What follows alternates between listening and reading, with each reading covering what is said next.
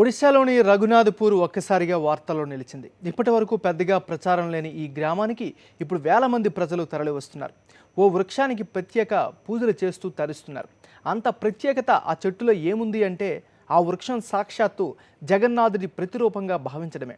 ప్రఖ్యాత పూరి జగన్నాథ ఆలయంలో ఏటా జూన్లో ఉత్సవాలు నిర్వహిస్తారు. ఈ వేడుకల కోసం జగన్నాథుడు, దేవి సుభద్ర, బలభద్రుడు, సుదర్శనుడి కోసం ప్రత్యేకంగా విగ్రహాలు తయారు చేయిస్తారు. ఈ విగ్రహాల రూపకల్పనకు చెట్లనే ఉపయోగించడం ఇక్కడి సంప్రదాయం. అయితే వేప చెట్లను మాత్రమే విగ్రహాల తయారీకి ఉపయోగిస్తారు. అయితే ఈ వేప చెట్ల ఎంపికలో ఓ నియమం పాటిస్తారు.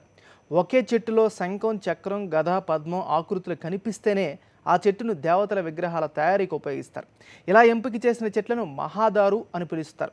ఇప్పటికే గండకుంటాయక గ్రామంలో సుదర్శనుడి విగ్రహం తయారీకి ఉపయోగించే మహాదారు వృక్షం ఎంపిక పూర్తి కాగా తాజాగా జగన్నాథుడి విగ్రహ తయారీకి ఉపయోగించే చెట్టును రఘునాథపూర్లో గుర్తించారు. దీంతో రఘునాథపూర్కు భక్తులు వేలాదిగా తరలి వస్తున్నారు. ఆ దేవతా వృక్షానికి పూజలు, ప్రార్థనలు చేస్తూ తన్మయత్వం పొందుతున్నారు.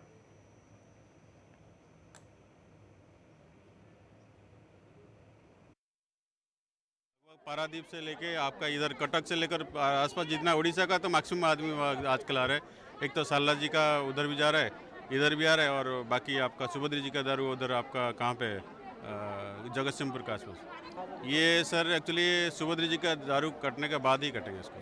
अभी तो आज बलभद्र जी का दारू का मतलब शुरू हो गया कटिंग करना, फिर बाद में उसके बाद सुभद्री जी के बाद फिर बाद में लास्ट में जगन्नाथ जी का।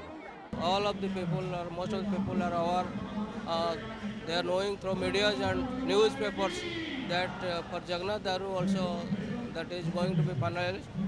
But whatever we are concerned that after written given by the Dalapati of the Daitas to the temple administration, that will be officially declared. After declaration by official by the chief administration, every arrangement will be looked after by the district administration and police administration.